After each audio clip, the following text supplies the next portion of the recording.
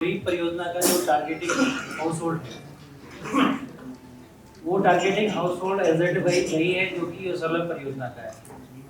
इसके targeting strategy के अंदर एसईसी कवरेज की जो है बात की गई है। तो जो सोशल इकोनॉमिक सेंसस है उसी चीज़ को हूबहू जो है इस परियोजना में लिया गया है। बस थोड़ा सा जो डिफरेंस है वो नॉन पुअर्स का है। यूसरलम के अंतर्गत जो है नॉन पुअर्स को कवर नहीं किया जाता है। इस परियोजना में रीप परियोजना में खासकर जो है नॉन पोर्ट्स को कवर करने की बात की गई है। जैसा कि हमने डिस्कस किया था कि टोटल हाउस होल्ड कवरेज जो है वो 5,60,000 है, जिसमें 1 लाख जो एलएसपी परियोजना के वो कवर होंगे, 4,60,000 यूसरलम परियोजना के अंतर्गत जो स्वयं सहायता समूह में, बीओ में और सीएलएफ में कवर होंगे वो प्रभाव होंगे, वो यथावत होंगे, जो कि socio economic cast sensor category से होंगे। तो इस क्रम में मैं अपने प्रेजेंटेशन को आगे बढ़ाता हूँ। कृपया आगे कर दें स्लाइड और आगे कर सकते हैं।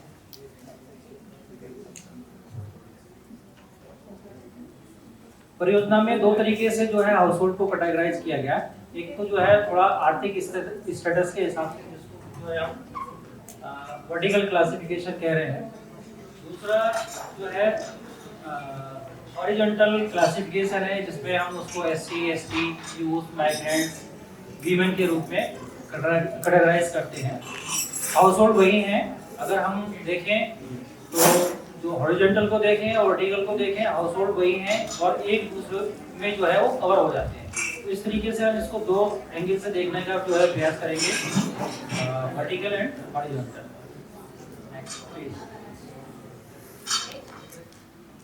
आगे बढ़ा। तो सबसे पहला जो टारगेट ग्रुप है वो हमारा वो है extreme poor. Extreme poor category से जो है 2,24,000 हाउस होल्ड को कवर किया जाना है, जो कि जो परियोजना का जो टोटल 5,60,000 हाउस होल्ड है उसका जो है 40% है।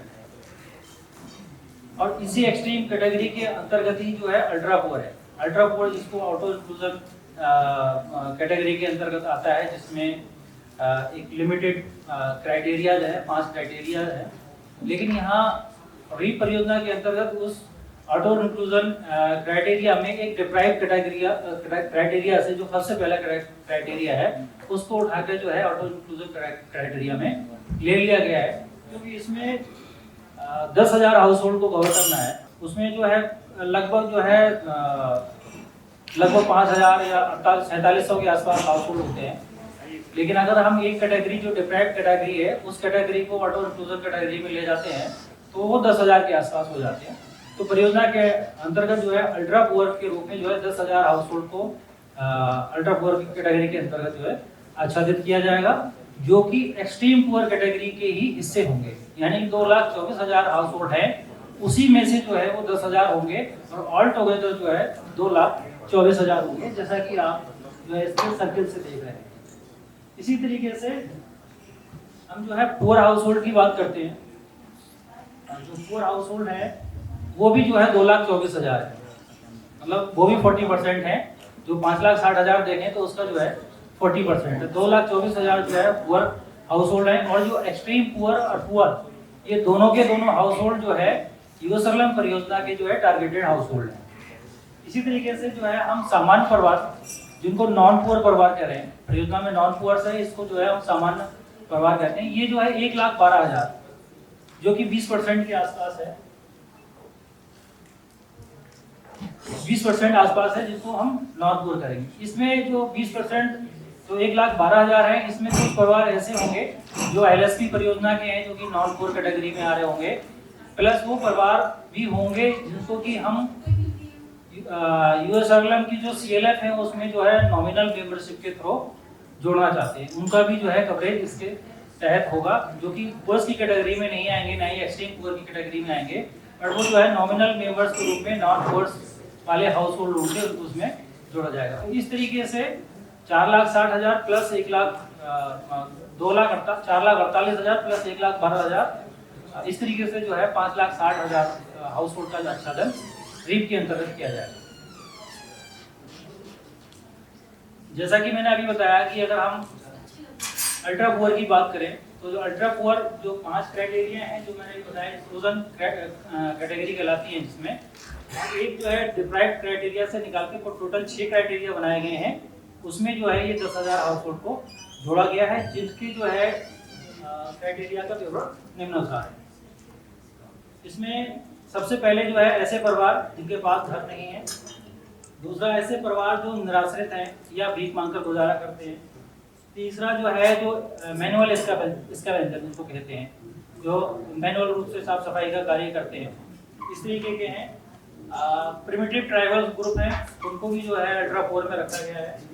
और जो बॉन्डेड रिलीज लेबर, माने जो पहले बंधुआ मजदूरी करते थे और उनको लीगली जो है रिलीज करा लिया गया है, इस तरीके से परिवार कहीं हैं, तो उनको भी जो है इस अल्ट्रा पुअर क्राइटेरिया में रखा गया है। इसी तरीके से जो छठा क्राइटेरिया है, जिसको कि डिप्राइव्ड क्राइटेरिया से निकाल के जो है इंक्लूजन क्राइटेरिया की तरफ जो है रीप में, स्पेशली रीप में, एससीसी में नहीं, एससीसी में 5 ही हैं, तो उसमें लाया गया है। इसमें ऐसे परिवार जिनके यहाँ पे कोई भी सक्षम सदस्य जो है नहीं है, कमाने वाला नहीं है, ऐसे परिवारों को भी जो है अल्ट्रा पुअर की कैटेगरी में रखा गया है। अब बात आती है कि जो अल्ट्रा पुअर हाउस होल्ड्स हैं, ये किस तरीके की गतिविधियों से जो है परियोजना में आच्छादित किए जाएंगे। हालांकि ये जो एक्टिविटीज हैं ये कंप्लीट एक्टिविटीज नहीं है, ये इंडिकेटिव है। इनके अलावा भी जो है और सुटेबल एक्टिविटीज उनके लिए हो सकती हैं, क्योंकि वर्चुअल हुआ था परियोजना का जो डिजाइनेशन हुआ था वो वर्चुअल हुआ था, उसमें बहुत सारी चीज़ें टारगेट हो पाई थी, कुछ नहीं हो पाई थी। तो ये जो एक्टिविटीज़ हैं वो इंडिकेटिव हैं। इनके अलावा भी जो है और जो सुटेबल एक्टिविटीज़ होंगी वो भी की जा सकती है, जिसमें मुख्यतः परचून की दुकान है, बैकयार्ड पोल्ट्री है, पूजा किट है, प्रसाद बनाना है, इस तरीके के जो है कार्य हैं। बाकी जो मनरेगा के साथ भी जो है अवसर करा के इनको इनके साथ गतिविधियाँ की जानी प्रस्तावित है। उसमें रीड प्लस मनरेगा दोनों ही तरीके के कार्य मिला के जो है आगे बढ़ाया जाएगा। Next please. ये जो है जिसको हम निर्धन या अति निर्धन कह रहे हैं, पहला जो यहाँ पे जो डिटेल है वो अति निर्धन की है, क्योंकि अति निर्धन के अंदर ही अति निर्धन जो 2,14,000 है, 2,24,000 में 10,000 कम कर देते, 2,14,000 हो गए। इसमें वो जो डिप्राइव्ड कैटेगरी के लोग हैं उनको आते हैं, जिसके बारे में जो है डिटेल में नीचे दिया गया है। आगे कर दीजिए प्लीज। अगर इन ऐसे परिवारों को जो है हम चिन्हीकरण करते हैं तो उसके जो मुख्य क्राइटेरिया है उस प्रकार है कि जिसमें ऐसे परिवार जिसमें 16 से 59 वर्ष का कोई जो है सदस्य ऐसा ना हो जहाँ जो कमाता हो, इस तरीके से है। महिला मुखिया परिवार जिसके यहाँ कोई 16 से 59 वर्ष का जो है पुरुष सदस्य ना हो, इस तरीके से। एक कमरे का मकान वाला परिवार जिसकी घर की दीवारें व छत कच्ची हो। भूमिहीन परिवार है जिसके घर में अधिकतम आय मैनुअल और आकस्मिक मजदूरी से आती हो। अनुसूचित जाति जनजाति परिवार, इसमें थोड़ा सा जो सरकारी नौकरी वाले हैं उनको छोड़ा गया है, मतलब SC ST परिवार जो गवर्नमेंट एम्प्लॉई होंगे उससे जो है इसको मतलब वो इस कैटेगरी में नहीं आएंगे, बाकी लोग आ जाएंगे। ऐसे परिवार जिनके घर में 25 वर्ष का कोई वयस्क और शिक्षित ना हो, तो इस तरीके के लोगों को जो है अति निर्धन एक्सट्रीम कैटेगरी में, एक्सट्रीम पुअर की कैटेगरी में रखा गया है। Next please. निर्धन परिवार, ये निर्धन परिवार शॉर्ट में समझने के लिए ऐसा है कि जो एक्सट्रीम पुअर हैं और जो नॉन पुअर हैं उनके बीच के जो है परिवार है, जो ऐसे परिवार जो कि ना तो एक्सट्रीम पुअर कैटेगरी में आते हैं और ना ही जो है नॉन पुअर्स की कैटेगरी में, उसके बीच के जितने परिवार हैं उनको जो है यहाँ पे निर्धन यानी कि पुअर हाउस होल्ड में रखा गया, जो कि 2,24,000।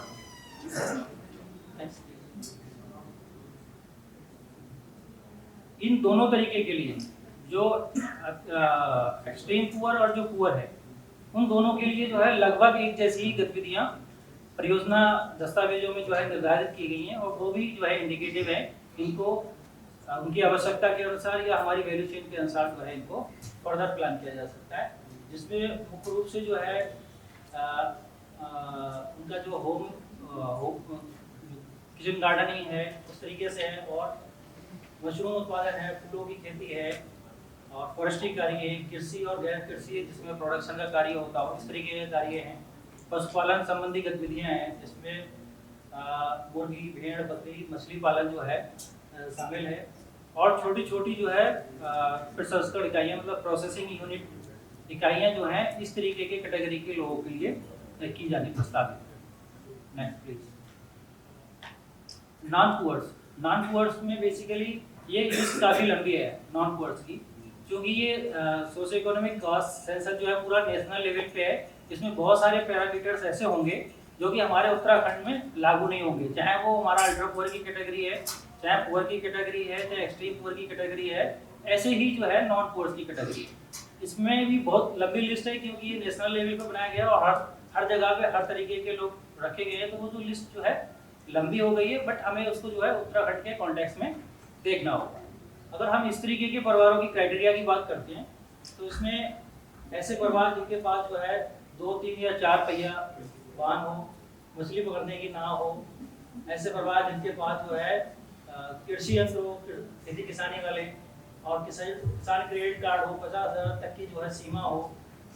इसमें जो है सरकारी कर्मचारी, जिनके यहाँ सरकारी कर्मचारी हैं उनको भी जो है रखा गया। बट इसमें थोड़ा ये देखना पड़ेगा कि सरकारी कर्मचारी किस लेवल के हैं।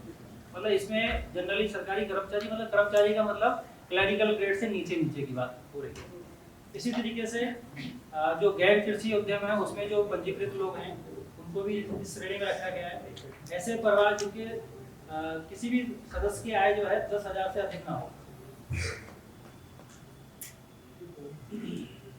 और इस तरीके से ऐसे परिवार जो कि टैक्स दे रहे हों, या और ऐसे परिवार जो कि व्यवसाय कर जो कि बिजनेस टैक्स देते हों, उनको भी इस श्रेणी में रखा गया है।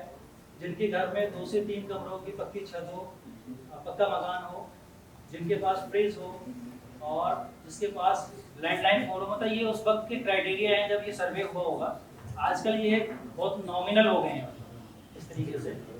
और इसके अलावा जो है 2.5 एकड़ जमीन हो, सिंचित भूमि हो, और जो है एग्रीकल्चर मशीन या इक्विपमेंट हो, इस तरीके के हाउस होल्ड हैं। ऐसे परिवार जो 2 से ज़्यादा फसल का उत्पादन कर रहे हो, 2 एकड़ से भूमि उनके पास ज़्यादा हो, और 7.5 एकड़ तक भूमि वाले हैं और उनके पास सिंचित भूमि हो, वो इसी जो है कैटेगरी में सामान्य परिवार की कैटेगरी में रखे गए हैं। तो कहने का मतलब ये है कि यहाँ जो सबसे ज़्यादा जो फोकस ग्रुप है विक परियोजना के लिए वो अल्ट्रा पुअर है और एक्सट्रीम पुअर और पुअर है। और जो 1,12,000 है, इसमें से जो क्राइटेरिया 14 क्राइटेरिया दिए हुए हैं, इसमें हमारे उत्तराखंड के प्रोजेक्ट में कुछ चीज़ें लागू हो रही होंगी। तो उस श्रेणी के परिवारों को जब CLF के साथ उनको जोड़ने की बात की जाएगी तो कोशिश की जाएगी कि जो इंटरप्राइजिंग लोग हों, इस श्रेणी से अगर आते हों तो उनको जो है यहाँ पे जोड़ा जा सकता है। Next please. ऐसे परिवारों के लिए जो गतिविधियां चिन्हित की गई हैं उनमें जो है खासकर जो है कमर्शियल एक्टिविटीज पे ज़्यादा जोर दिया गया है, जिसमें एग्रीकल्चर नॉन एग्रीकल्चर दोनों ही हैं, और बड़ी प्रसंस्करण इकाइयाँ हैं, प्रोसेसिंग यूनिट हैं, उनसे उनको जोड़ा जाएगा। इसके साथ साथ इनके साथ जो है जो गरीब तबके के लोग हैं, यानी कि अल्ट्रा पुअर हैं या जो एक्सट्रीम पुअर है, उनके लोगों को इनके साथ जोड़ा जाएगा।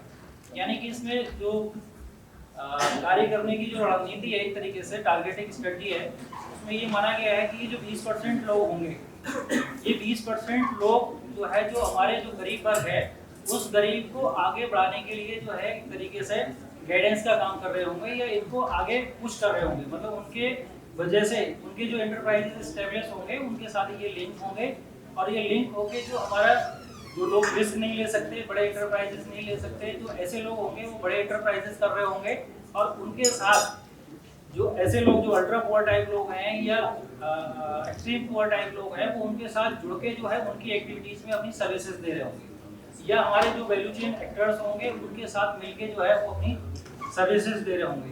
यानी कि ये लोग जो है जो नीचे वाले लोग हैं उनको पुल अप करने का जो है कार्य कर रहे होंगे। इसलिए जो है ऐसे परिवारों का गरीब परियोजना में जोड़ने की कल्पना की गई। इसी को अगर हम दूसरी तरीके से देखते हैं तो इसको जो है फिर 4 कैटेगरी में आगे के लिए बांटा गया है। इसमें से महिलाओं पे खासकर जोर दिया गया है कि मेन स्ट्रीम में लाना है, तो इसमें सबसे ज्यादा जो है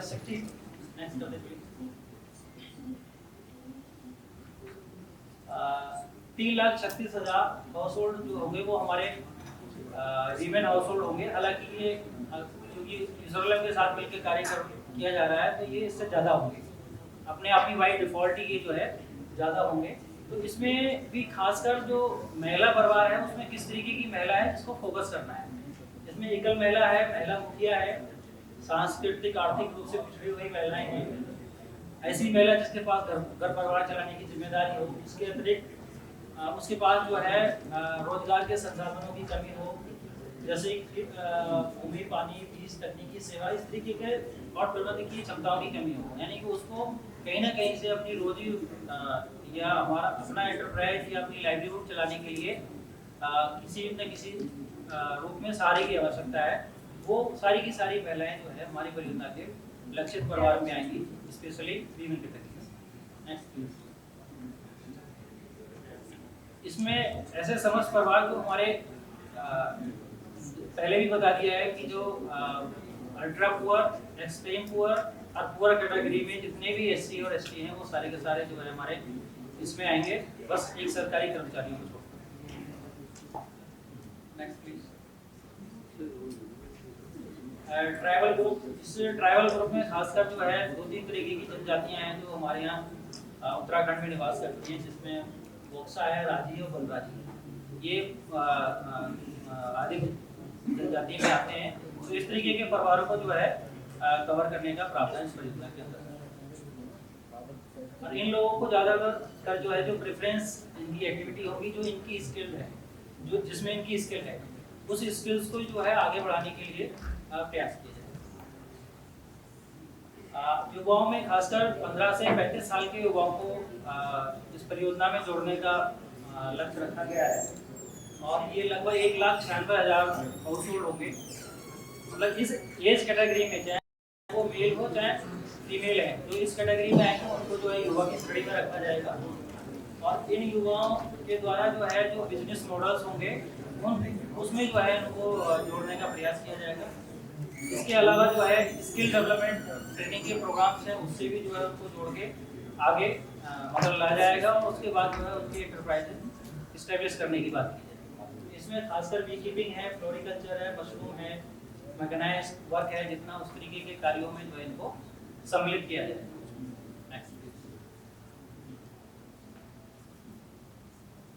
ये माइग्रेंट्स हैं क्योंकि कोविड में काफ़ी जो रिटर्निंग माइग्रेंट थे वो वापस आए और उनका जो है लाइवलीहुड वहाँ कर रहे थे, जो बड़े शहरों में रहते थे वहाँ से लौट के आए, तो वो भी एक बड़ा आंकड़ा उस दौरान था कि बहुत सारे लोग वापस आ रहे हैं, उनको भी परियोजना में जोड़ने की बात कही गई। तो इसमें ऐसा खासकर जो है सर्विस सेक्टर से जो युवा वापस आए उनकी जो स्किल्स हैं या उनके अंदर जो कार्य करने की जिस तरीके की क्षमताएं हैं उसके बेस पे जो है उनको परियोजना में जोड़ने की बात कही गई थी, जिसमें खासकर ऐसे यूथ जो हॉस्पिटलिटी सेक्टर में जो है कार्य कर रहे थे और जो कुछ स्वरोजगार भी कर रहे थे लेकिन वो किसी कारण से बंद हो गए थे, तो उसको भी जोड़ने की बात की। ड्राइवर का काम करने वाले युवा थे, बिजली का काम करने वाले थे और इलेक्ट्रॉनिक्स से कंप्यूटर इत्यादि के काम करने वाले युवाओं को परियोजना में जो रिटर्निंग माइग्रेंट्स हैं उनको जोड़ने की बात की गई है। तो ऐसे युवा जिनके अंदर ऑलरेडी स्किल्स हैं तो उस स्किल बेस पे जो है इनके कामों को आगे बढ़ाया जा सकता है, नहीं है तो उनकी स्किल को जो है वोकेशनल ट्रेनिंग के जो कंपोनेंट जो एक्टिविटीज़ हैं उसके थ्रू इन्वॉल्व करके उनकी स्किल्स को शार्प करके जो है फर्दर एंटरप्राइज एस्टेब्लिशमेंट का काम या सर्विस सेक्टर डेवलप करने का कार्य किया जा सकता है। तो ये एक तरीके से जो है 5,60,000 हाउस होल्ड हैं, उनको दो तरीके से मतलब SC ST महिला यूथ और रिटर्निंग माइग्रेंट्स में भी बांटने का प्रयास किया गया और दूसरी तरीके से सोशियो इकोनॉमिक कास्ट सेंसस के अंतर्गत जो कैटेगरी हैं इंक्लूजन, डिप्राइव्ड और एक्सक्लूडेड कैटेगरी जिसको कहते हैं उसके तहत भी जो है बांटने का इसको प्रयास किया गया। और मोटा मोटी देखें तो ये वही हैं जो कि यूसरलम के टारगेट लक्ष्य हैं और यूसरलम में जो लोग कार्य कर रहे हैं उनको अच्छे तरीके से ये पता होगा। पर डिफरेंस सिर्फ इतना ही है कि जो नॉन पुअर्स हैं वो एडिशनल है, उस नॉन पुअर्स को कैसे जो है रेट और यूसरलम मिल के कैटर करेगा, ये हमारे लिए एक जो है हमारे काम करने के लिए क्या गाइडलाइंस रहेंगी, क्या निर्देश जारी होंगे, वो आगे आने वाले समय में जो है तय किया जाएगा। मोटा मोटी यही था, मुझे लग रहा है आप लोगों की समझ में आया होगा, नहीं होगा तो क्वेश्चन आता। Thank you.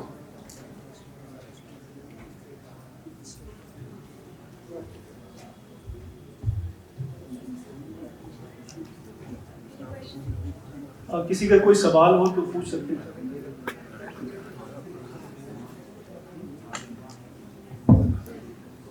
DMMs, any questions? क्योंकि ये targeting, there is a targeting policy which have been followed while doing the design document, and क्योंकि वैसे हमारे जो टारगेट्स हैं वो मेजरली ग्रुप्स में ही हैं। जब हम ILSP के प्रोड्यूसर ग्रुप्स और SSGs के ग्रुप्स की बात करते हैं तो ये क्रॉस कटिंग कैटेगरीज है जिनकी हमने बात करी। तो किसी को कोई कन्फ्यूजन है कि कैसे हम लोग यूथ को कैसे केटर इन कर लेंगे, या हम नॉन पुअर को कैसे लाएंगे? क्योंकि जैसे अगर SSG सबसे ज़्यादा हैं तो SSG तो जनरली ज़्यादातर लो इनकम ग्रुप से हैं या पुअर ग्रुप से। तो anybody has any questions regarding that?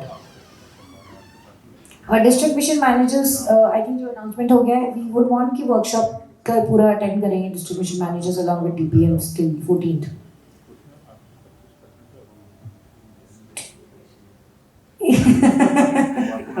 DMMs को आई थिंक अच्छा इसलिए डिप्रेशन में मैम की भी उनको रुकना पड़ रहा है वर्कशॉप। कुछ बोल ही नहीं रहे इसलिए मैं मतलब इसमें एक चीज मैं भी कहना चाहूँगा। अब आप दिल्ली से आपके अलावा भी किसी DMM को बोलना चाहिए। 13 डिस्ट्रिक्ट्स के 13 DMM से तो कुछ तो और बोले ना। We have heard Pauri, we have heard Haridwar, उसके अलावा क्योंकि गोइंग फॉरवर्ड मोस्ट इम्पोर्टेंटली मैं ये बोल रही हूँ कि district manager, mission managers for us is the same as DPM, क्योंकि ये दोनों ही वो हैंड्स होंगे एट द डिस्ट्रिक्ट लेवल जो एक्चुअल प्रोजेक्ट को लेकर जाएंगे नीचे। तो तभी डिस्ट्रिक्ट मिशन मैनेजर्स और DPMs का रोल उतना ही पैरामाउंट है। Both have to work in consonance with each other, both has to work together, both has to think in a very collective manner. दोनों का रोल बहुत इंपॉर्टेंट है। उसके ऊपर CDOs जितने हमारे रहेंगे, they will be giving the supervision and the monitoring. तो एक इशू, बिकॉज ये बात पहले किसी DMM ने उठाया ऑलरेडी कि हम लोग कैसे there can be elite capture अगर हम थोड़ा नॉन पुअर लोगों को जोड़ेंगे एट CLF लेवल। तो एक दो चीज़ें हैं जो SRLM की जो टीम काम करेगी प्रोजेक्ट के साथ मिल करके, दो चीज़ें हैं जहाँ थोड़ा माइंडसेट चेंज की आवश्यकता लगती है, ऐसा मुझे लगता है। एक ये कि बिकॉज SRLM में आप लोग कई सालों से सिर्फ अत्यंत गरीब और गरीब के साथ काम कर रहे हैं। अब तक जब हम सोचते हैं कि अब इनको कुछ ऊपर हायर वैल्यू चेन में ले जाना है, तो सिर्फ उन्हीं लोगों के साथ काम करने से पॉसिबल नहीं होता है। जितना एक्सपीरियंस है सब जगह actually the better of farmers can help the poor farmers, है ना। बहुत साधारण भाषा में बोलते हैं तो लोग कहते हैं कि अगर कोई एक ट्रक लेके आता है गांव में, सिर्फ गरीब किसान से कलेक्ट करेगा तो उसका ट्रक ही नहीं बनेगा। तो ट्रक भरने के लिए भी आपको थोड़े बेटर ऑफ फार्मर्स की जरूरत होती है।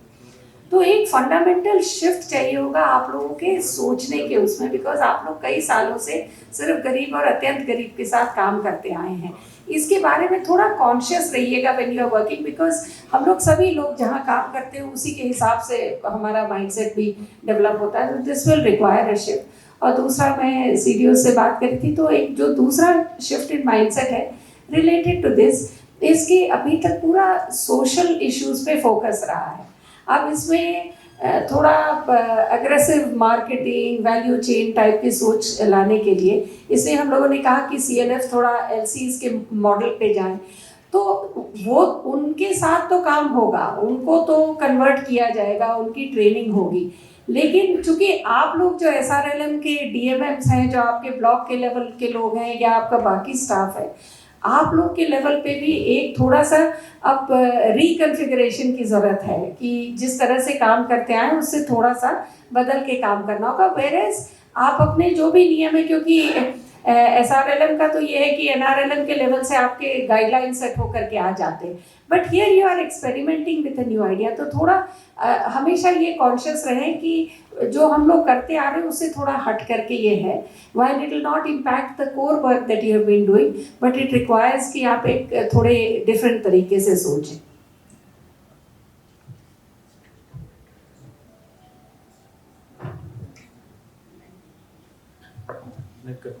I think we also हम लोग इंस्टीट्यूशनल मेंटरिंग सिस्टम्स को भी थोड़ा अलग तरीके से देखना चाहिए, क्योंकि NRLM में सब देने का है, हम ये दे दिया, वो दे दिया, ये दे दिया, लेकिन इसमें थोड़ा वो लोग क्या कर सकते हैं वो देखना बहुत जरूरी है।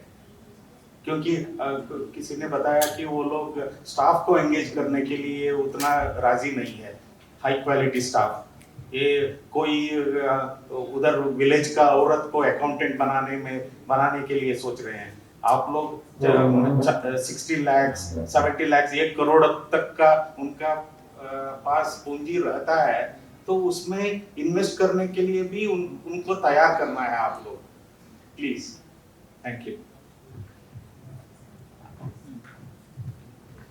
तो किसी का कोई सवाल नहीं है तो मुझे लगता है सायोनारा कहने का वक्त आ गया है। तो जैसा बता दिया गया है कि सीजी साहिबान कल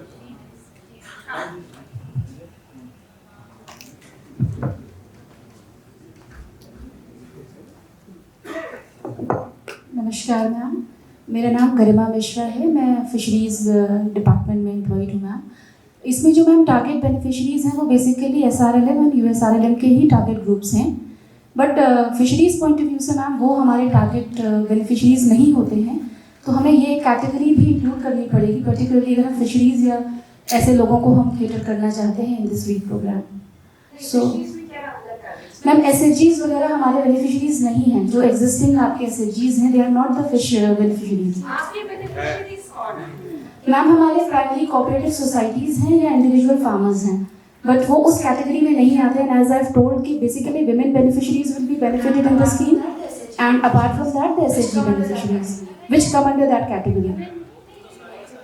नहीं, देखिए, आई थिंक कहीं हम लोगों ने ठीक से कम्युनिकेट नहीं किया।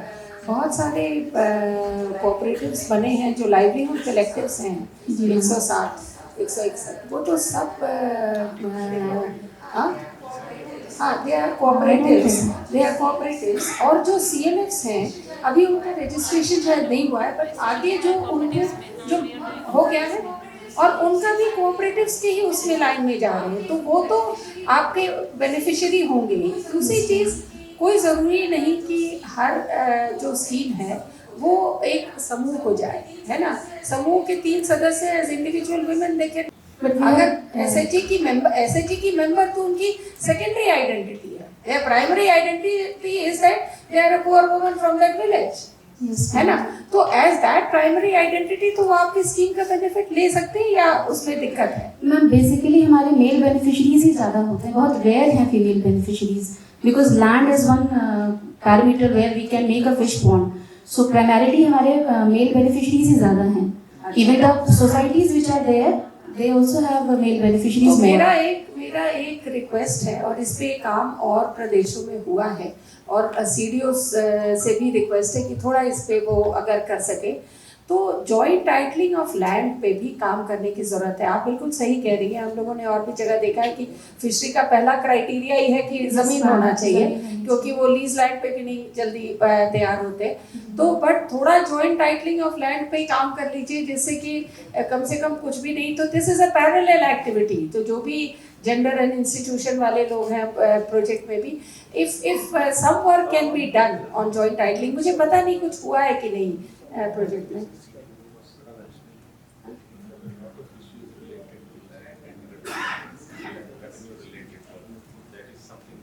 तो दैट इज लैंड टाइटलिंग में ही प्रॉब्लम है।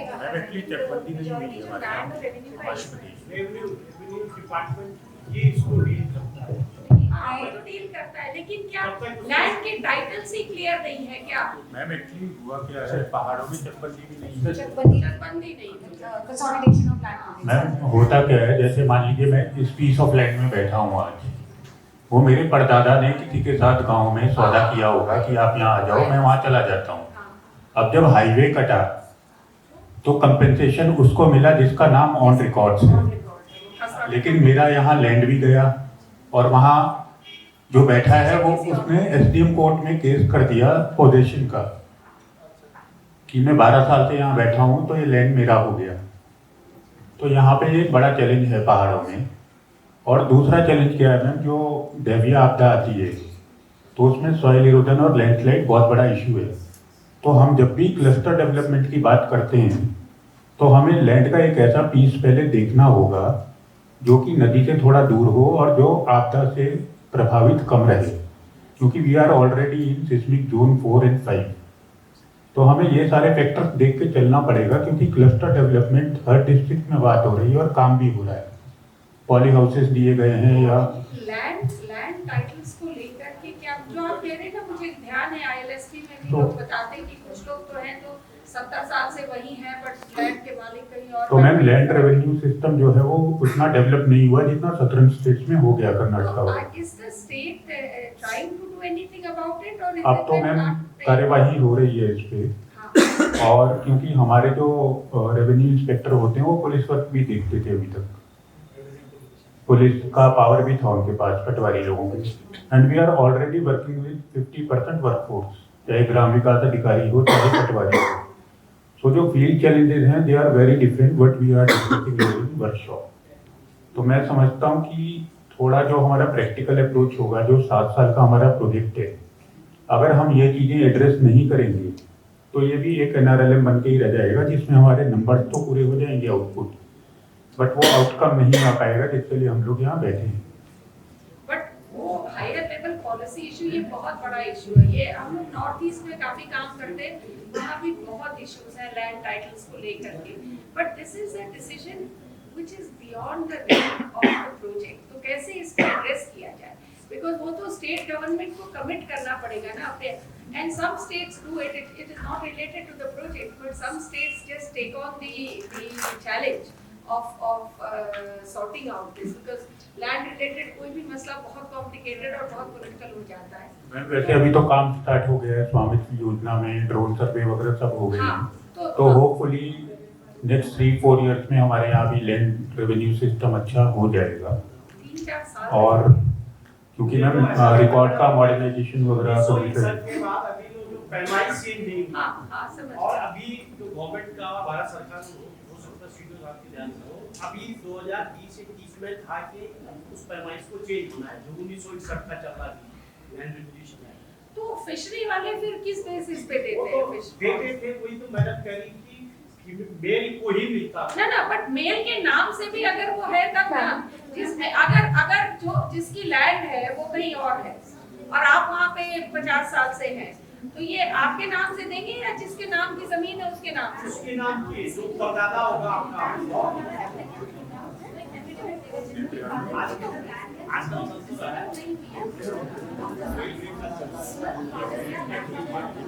But I have a question to fisheries. There are so many ponds which are actually in the community property resource. तो उसमें तो हम लोग सपोज ऐसा एक ड्राइव चली थी जब ये हुआ था स्टेट में कि पॉन्ड्स से कब्जा हटाइए, उन पॉन्ड्स को रिजुविनेट करिए, एंड सिर्फ उस गांव की कोई भी सहकारिता को दिया गया था, दैट फिशरीज डिड, तो उसमें कोई प्रॉब्लम नहीं है। तो दिस इज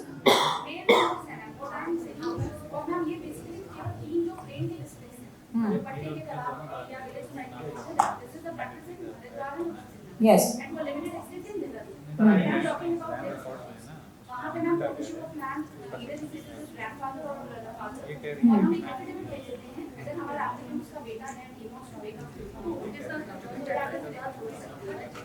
बट मतलब they can be always be वो अलग मसले हैं। हाँ, वो अलग है, एक वो वो अलग है है। जो जहाँ की आप कह रहे हैं चकबंदी नहीं हुई है, तो लिहाजा दी एक्चुअल ओनर और जो डिफैक्टो और जो डी ज्यूरे है उसमें फर्क है। आप ये कह रहे हैं, ये कह रही है कि हैं लोग जिनके नाम से जमीन है बट वो मुख्यतः पुरुष है जिनके नाम से है, जिनको ये फिर देते हैं फिश को, तो उन लोगों का जॉइंट टाइटलिंग हो सकता है कि मैम जो लैंड की बात हो रही है मैम, लैंड में मैम हमारे स्टेट में इसमें अमेंडमेंट आया हुआ है और it is mandatory on the part of the revenue authorities कि हमें उसमें जो पुरुष हैं सर स्वामित्व की बात करें तो आबादी लैंड की है मैम, तो उसमें तो हम मैंडेटरीली कर ही रहे हैं। बट जो ऐसे कृषि भूमि है मैम उसमें भी मैंडेटरी है कि हम महिलाओं का नाम लिखें। पहले नहीं था मैम, लेकिन अब अमेंडमेंट आ चुका है। ये तो एक विषय है मैम। दूसरा मैं बता रहा हूँ जिस आप ज्वाइंट लैंड टाइटलिंग की बात कर रही थी मैम, हमारे यहाँ नैनबाग में कोऑपरेटिव है मैम, कोऑपरेटिव जो यूके CDP प्रोग्राम चला रहे हैं, उसमें कई सारे ऐसे फार्मर्स आए हैं जिनके पास लैंड होल्डिंग है लैंड है वो यहाँ सुअर और इनका बंदरों का बहुत ये रहता है, तो उन्होंने लैंड को पूलिंग किया, सभी लोगों ने पूलिंग किया हुआ है और पूलिंग करके उस पे वो लोग खेती कर रहे हैं, जो ऑफ फार्म जो अब नहीं होता था, जैसे ऑफ सीजन वेजिटेबल्स हो गए, वहाँ में उन्होंने पॉली हाउसेज लगा दी, तो इस तरह से उन्होंने पूलिंग करके वहाँ पे काम कर रहे हैं और उनको अच्छा खासा पैसा यूपी सिटी से मिला भी है, जबकि उसका इंटरेस्ट रेट बहुत ज़्यादा है। तो काफी पहले से काम शुरू हो गया था। जी ma'am. idea of having groups is that only कि अगर मैं गांव में मेरा ग्रुप है तो मेरी छोटी लैंड होल्डिंग है, आपकी छोटी लैंड होल्डिंग है, so let's pool in together and then do something, क्योंकि सबके स्मॉल फ्रैगमेंटेड है and if we wait for the consolidation चकबंदी टू हैपन, वो तो ma'am I think Haridwar is a classic example. Consolidation will minimum ma'am 10 साल से कम नहीं रहेगा।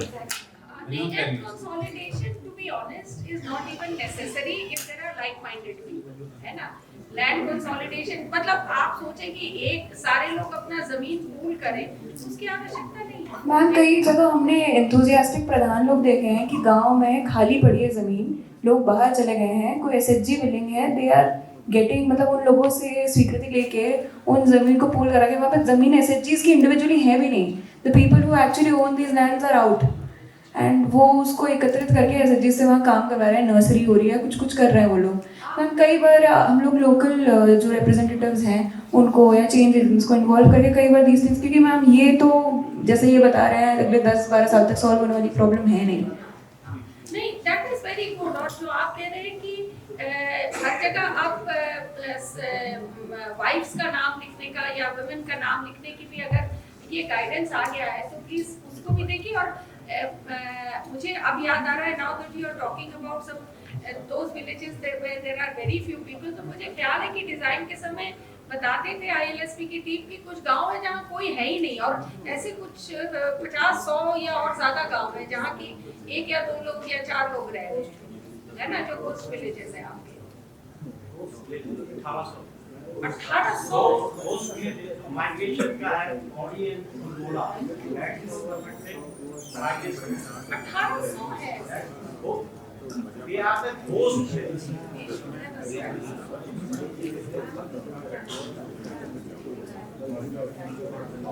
नहीं पलायन हम तो बात करते हैं, जगह छोड़ के वो जाते हैं, जैसे वहाँ बता रहे हैं उस तरह से कहती हूँ समथिंग जहाँ की प्रधान लीड करें और फिर सर्वे को काम माइक दे दीजिए ना, माइक दे, यहाँ माइक 2-3 पड़े यहाँ से ले लीजिए।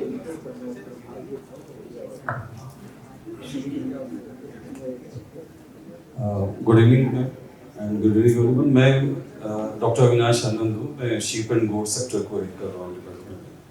सो आई एम लुकिंग फॉरवर्ड कि क्योंकि ऑलरेडी यूकेसीपीडी से काफ़ी एंथुसियास्टिक प्रोग्राम चल रहा है जहाँ 256 हमारी कोऑपरेटिव सोसाइटीज़ बनी हुई हैं और 4 डिस्ट्रिक्ट्स में हम लोग काम कर रहे हैं, जिसमें कि 20+1 की वाइबल यूनिट बैक एंड पे तैयार करते हैं। तो पूरी वैल्यू चेन तैयार की हुई है, जो बकरा हिमालयन गोट मीट की उसको कर रहे हैं। तो 2 वैल्यू चेन तैयार है, एक तो मीट की भी तैयार है, दूसरी अब गोट मिल्क की भी काफ़ी उसकी आ रही है। और क्योंकि शीप गोट सेक्टर में एक वूल भी एक इम्पॉर्टेंट पार्ट है, वूल को भी इन लोग कर रहे हैं। तो वी आर लुकिंग फॉरवर्ड कि रीप में तो बहुत लार्ज नंबर में हमें गोट विलेज इस्टेब्लिश भी करने के, और हमारे यहाँ मिनिस्टर्स ने अनाउंस किया हुआ गोट वैली कॉन्सेप्ट एक नया आया हुआ है कि जहाँ पे क्या सर माइट पुरुषोत्तम सर ने भी इसको किया होगा। तो वो चीज़ें जल्दी स्टार्ट हो रही है। 9th को जो फाउंडेशन डे है उस दिन उसका इनॉग्रेशन का रखा गया है, minister has fix that date. तो रीप के साथ ही मिलकर वो प्रोग्राम होना है, बिकॉज इट्स अ कन्वर्जेंस का प्रोग्राम है पूरा यूकेसीपीडी एंड जीप के साथ। तो that will be I think यहाँ के लिए काफ़ी और बड़ा एंथुसियास्टिक टारगेट भी अगले 5-6 साल में 70,000 यूनिट्स हमें including ultra poor and this new concept.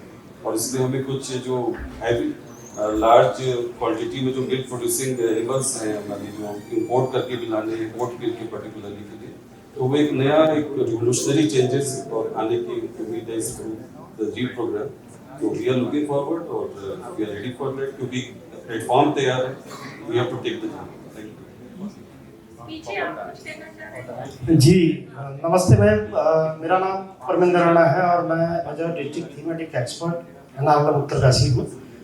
Fisheries से मैम है मैम हमारे यहाँ रिस्पेक्टेड असलम सर हैं, आपके मार्गदर्शन में ज्ञात होगा सर आपको 2020-21 में मैम एक गांव है हमारे यहाँ सांसद आदर्श ग्राम भी है बॉन, वहाँ पे मैम एक एसएचजी है जिसका नाम नागराजा स्वयं सहायता समूह है। तो पार्ट ऑफ अगर कन्वर्जेंस के हैं तो कन्वर्जेंस के माध्यम से मैम हमने जो वहाँ का जो एसएचजी है उसका सिलेक्शन हमने जो मत्स्य पालन होता है उसके लिए हमने किया था और उसमें बेनिफिशियरी हमारी समूह की 7-8 महिलाएं थी। और रहा पॉन्ड निर्माण का मैम तो हमने मनरेगा कन्वर्जेंस के माध्यम से वहाँ पे हमने तालाब भी बनवाया और अभी भी मैम जो वहाँ पे जो मछली पालन का जो काम हो रहा है उसकी जो हैंड होल्डिंग और उसको जो उसका मार्केटिंग का भी जो वर्क है वो अभी भी हमारी एसएचजी कर रही है। एनाबल में ये भी छूट है मैम कि आफ्टर 6 मंथ जब 6 महीना एसएचजी हो जाता है तो हमारे पास एनाबल की गाइडलाइन के अकॉर्डिंग एनसीपी बनती है मैम, उसमें अबाउट 90 से ज़्यादा जो गतिविधियाँ एसएचजी अपने लेवल पे कर सकती है।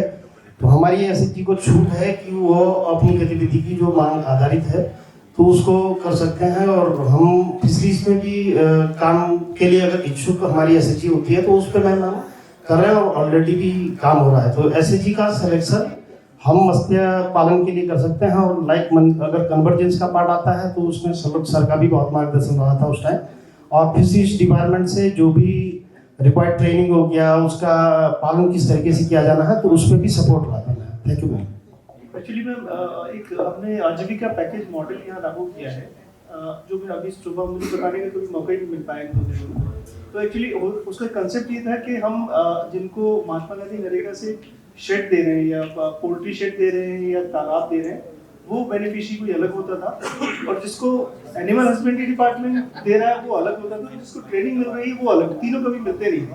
तो कमिटेड कन्वर्जेंस के साथ में हमने मनीषा मैम के डायरेक्शन में आजीविका पैकेज मॉडल लागू किया और जो आप बात कर रही हैं एसएचजी को हम टारगेट हमारा एसएचजी है फिशरीज के लिए, लेकिन लैंड होल्डिंग की वहाँ पे कोई भी दिक्कत नहीं है क्योंकि हम एसएचजी मेंबर को टारगेट कर रहे हैं, मतलब एज होल एसएचजी है वो, लेकिन इंडिविजुअल लेवल पे उनको फिशरी वो दे रहे हैं और वो एसेट जो है वो एसएचजी का माना जा रहा है, हर एक का अलग से है। तो ये मसला भी वहाँ हल हो गया है जो जैसे बता रहे हैं बहुत बड़े पैमाने पे हम कर रहे हैं और इंटीग्रेटेड फार्मिंग है फिशरीज की और एनिमल हस्बेंड्री के साथ मिलकर उनके डक और वो सब भी है। तो मैं लास्ट में